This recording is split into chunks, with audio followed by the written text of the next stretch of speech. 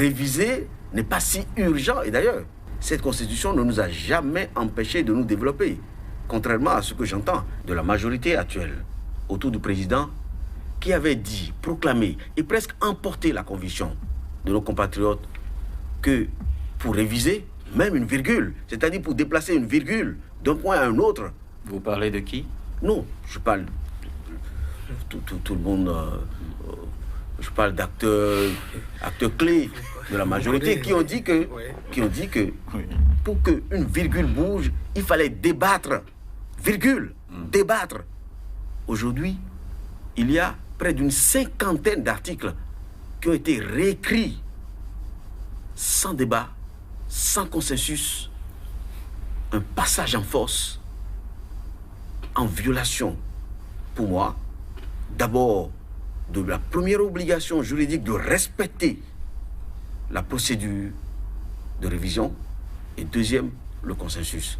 Ni l'obligation juridique n'a été respectée, encore moins le consensus. Ce que l'on considère comme étant notre pacte social, parce que cette constitution, je vous le dirai après, il n'est pas sorti du congrès d'un parti politique, ce n'est pas les statuts d'un parti politique, ce n'est pas le règlement intérieur d'un parti politique, c'est le produit de notre génie commun. Donc, le juge a considéré que pour réviser cette constitution, il faut qu'il y ait un minimum d'entente sur les éléments à réviser entre les acteurs de la société, peut-être les acteurs de la société civile, mais aujourd'hui, c'est la mode de dire que la société civile ne se mêle pas de politique.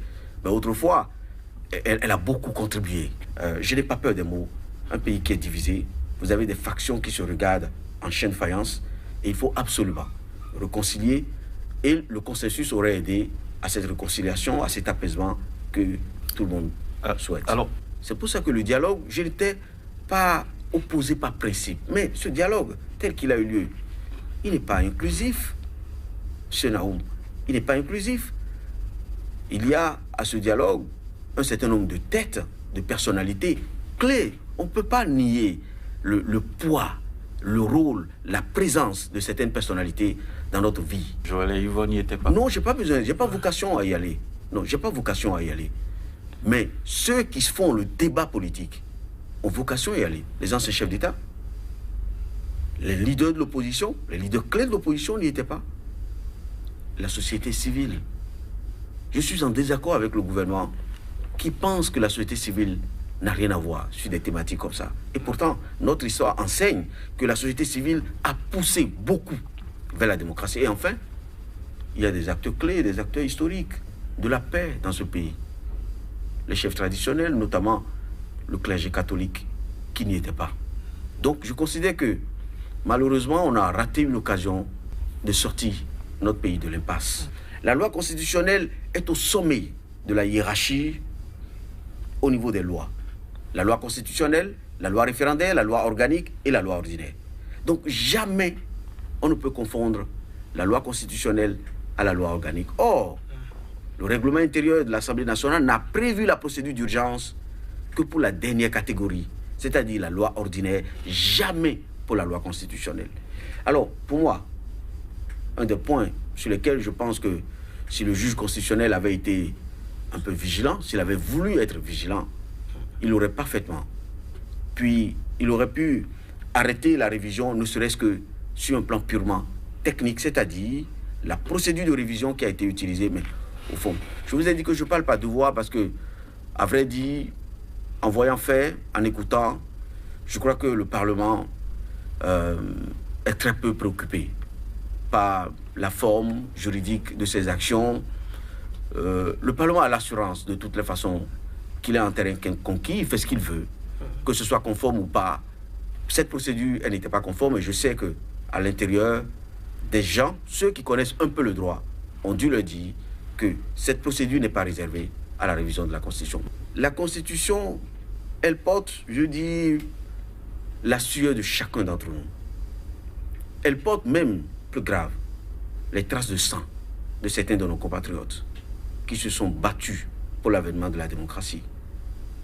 Mieux encore, la Constitution de 90, parfois vous avez des formules à l'intérieur de cette Constitution qui ne sont pas des formules de savants. Ce ne sont pas des formules proposées par Maurice Cléret. par Robert Dossou ou par Théodore Ollô. Ça vient d'où? C'est des formules parfois qui sont sorties des casernes lors de la présentation de l'avant-projet de constitution. C'est des formules qui ont été suggérées par des citoyens sous un arbre, dans des villages, et dont Maurice Glelet et sa commission avaient l'obligation d'intégrer dans la constitution. Donc, il ne peut pas revenir, permettez que je le dise comme je le pense, à un groupe de militants de partis politiques, à l'exclusion des autres, dans le dos du pays. Vous savez, la parité, ne tombons pas dans le piège de réduire la parité à la présence des femmes au Parlement. La parité, c'est également la présence des femmes au gouvernement. Et la parité, c'est la présence des femmes dans les hautes fonctions de l'État. Et la parité, c'est la présence des femmes dans les entreprises. Et là, ce n'est pas qu'une question de technique constitutionnelle. Là, c'est vraiment une volonté politique que, me semble-t-il, le gouvernement en place depuis lors n'a pas particulièrement exprimé. Sinon, dans le gouvernement, on aurait été bien heureux d'avoir plus de femmes. Et d'ailleurs, peut-être que la majorité actuelle au pouvoir aurait été encore sur cette question plus énergique, en montrant sa bonne foi, sa capacité à promouvoir les femmes et en nous disant maintenant que c'est au Parlement que le dernier verrou doit sauter. Or, au moment où je vous parle, le verrou doit sauter partout, au gouvernement, au Parlement, dans les conseils communaux et dans la haute fonction publique. Le système de parrainage qui a été inventé, c'est l'autre nom du certificat de conformité. Le parrainage qui a été initié est, et je voudrais vraiment, avec tout le respect que je dois au chef de l'État, lui dire que les réformes qui sont initiées, portées par les députés, mais promulguées par lui, particulièrement celles-ci, elles sont mortifères. Je souhaite ne pas avoir raison. Je suis fatigué d'avoir raison. Je souhaite ne pas avoir raison.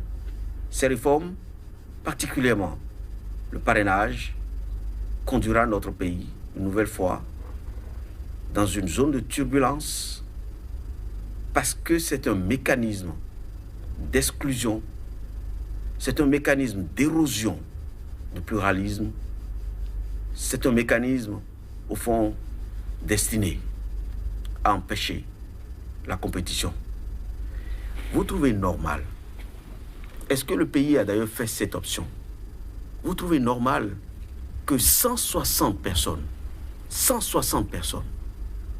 décident à la place du pays de qui parmi nous mérite sa confiance? Vous trouvez normal? C'est un changement fondamental. Laissez-moi aller jusqu'au bout. Oui, c'est un changement fondamental. Vous trouvez normal que 160 personnes soient désignées pour choisir à la place des Béninois qui méritent de présider aux destinées du pays, même si au fond, les populations feront leur choix plus tard, mais c'est un choix parmi ceux qui auront été présélectionnés par un comité de grands électeurs. Quand je dis c'est un choix fondamental, c'est un choix qui ne peut pas être fait par quelques-uns. C'est un choix qui ne peut pas être fait dans les conditions actuelles du pays. Et c'est un choix qui est inapproprié, qui est chrysogène en raison du contexte politique, notamment de ce Parlement que nous regardons en face depuis, sans savoir ce que nous allons en faire. J'ai le sentiment que le Parlement béninois confond l'état de loi à l'état de droit. Le fait de mettre des dispositions dans la loi n'explique pas la justesse de ces lois et de ces mécanismes. Ce n'est pas parce que vous mettez dans la loi des mécanismes et des principes que pour autant c'est juste. L'état de droit, en revanche, qui est l'option que nous avons faite, l'état de droit consiste à savoir si oui, nous avons fait des options, mais est-ce que ces options sont compatibles avec la démocratie? Et est-ce que ces options font progresser le pays vers la démocratie? L'état de loi, c'est tout le contraire. L'objectif importe très peu. C'est juste que je mets quelque chose dans la loi et je l'oppose à mes adversaires. Ce n'est pas l'option que nous avons faite. C'est pour ça que le parrainage, tel qu'il a été conçu, est chrysogène. C'est une technique d'exclusion qui a été fait par quelques-uns qui donnent le sentiment, au fond, d'avoir conçu toute la technique et toute la réforme pour eux et contre les autres. C'est pour ça le consensus aurait été bon conseiller dans cette réforme. On a mis en place dans le pays, mais vraiment des mastodontes. Il y a des partis qui eux-mêmes ont dit qu'un géant est né. Et nous avons au Parlement vraiment deux partis dominants. Que s'ils étaient si forts, en principe, ils mettraient la main sur toutes les institutions, démocratiquement. Et vous pensez que c'est quelqu'un comme Honoré Naoum, comme vous-même, M. Salano, qui irait défier des machines comme ça, qui eux-mêmes ont déclaré qu'ils étaient nés avec les dents? Le vice-président, c'est sur la base de quoi? Parce que vous avez dit que ça permet de gérer la vacance de pouvoir. Oui. En plus, lui, qui a été élu au même titre que le président de la République, il peut être destitué à l'initiative de son colisté. Les deux ont été élus. Ça se trouve, le vice-président a rapporté plus de voix que le président. Mais le président peut s'en séparer. Le sentiment que tout ça me donne, c'est un sentiment de bricolage. Parce que tout ne tient pas. Et d'ailleurs, l'explication qui a été donnée, je crois, par un membre de ceux qui ont conçu la réforme, c'était que le président de la Cour constitutionnelle ne peut pas suppléer l'absence de président, il ne peut pas assurer l'intérim parce qu'il n'est pas élu. Ouais. Mais vous savez qu'à la fin, au bout du bout, parce que le raisonnement humain, ce n'est pas le raisonnement de Dieu, l'intelligence humaine n'est pas infinie, seul Dieu a les solutions les plus imparables. Quand vous lisez la Constitution, au bout du bout, le vice-président, défaillance sur défaillance, il peut ne pas être élu. À la fin. Mais je pensais que c'est parce qu'il fallait quelqu'un qui a notion des populations que le poste de vice-président est créé. Donc il va falloir corriger ça. Donc oui. M. Naoum, oui. Pour finir, c'est que je considère que le poste de vice-président, ce n'est pas un besoin du pays, c'est peut-être un besoin exprimé ailleurs, mais qui n'est pas ressenti par le pays. La légitimité du Parlement de la 8e législature est érodée pour moi par deux choses. Dans son élection, c'est la législature, c'est le Parlement le moins élu de l'histoire du renouveau démocratique. Moins d'un électeur sur 4 ont voté pour eux. C'est le Parlement le moins élu de l'histoire du renouveau démocratique. C'est très important, première chose. Deuxième chose, c'est probablement, et j'espère que c'est le dernier, le Parlement installé manu militari. Plus que ça, pour leur élection, pour les installer, nous avons payé le prix fort. Une guérilla urbaine en plein cœur de Cotonou, au cœur des institutions, et plus tard, des morts. Deuxième chose, deuxième point. Dans leurs actes, parce qu'ils peuvent ne pas avoir été responsables de leur élection et se rattraper par les actes. Je considère que ce Parlement a raté plusieurs occasions de se mettre au service du pays. Première occasion. Regardez ce que nous vivons avec le Nigeria. La crise, qui est une crise économique. On a beau ne pas communiquer les chiffres, même si l'État ne dit pas ce qu'il ressent, les populations ressentent quelque chose.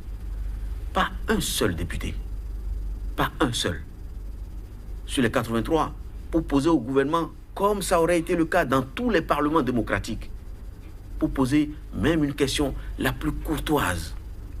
Quelles sont les dispositions que vous prenez, monsieur le ministre des Finances, pour juguler la crise ou les conséquences de la fermeture des frontières? Pas un seul. Les réformes qui ont été adoptées, ces réformes, pour moi, contribuent à la dégradation des conditions de paix et de sécurité dans le pays. Et je considère que seul le président de la République peut prendre ses responsabilités et nous aider à mettre à plat, à discuter. Nous ne ferons jamais l'économie d'un dialogue.